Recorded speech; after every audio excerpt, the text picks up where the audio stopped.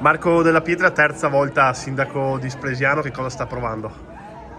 Stavolta qua non so mica dirvelo, è una sensazione incredibile, perché già l'altra volta la riconferma è stata una cosa forte. Questa devo dire che non me l'aspettavo, specie con questi numeri, e quindi ancora non mi sono reso conto bene di cosa sia successo.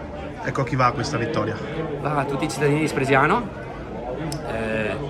che hanno dimostrato di credere in me e di apprezzare quello che è stato fatto sicuramente da me e dalla mia squadra.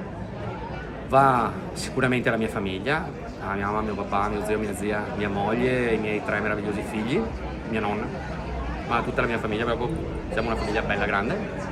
E soprattutto devo ringraziare la mia squadra, perché se magari qualche tempo fa, no, l'uomo solo o no, l'immagine era quella più dirompente forse, oggi se non ci fossero stati loro non sarei qua a gioire insieme a loro. Quindi ho una squadra, e anche una squadra allargata, che potrebbe invidiarmi chiunque.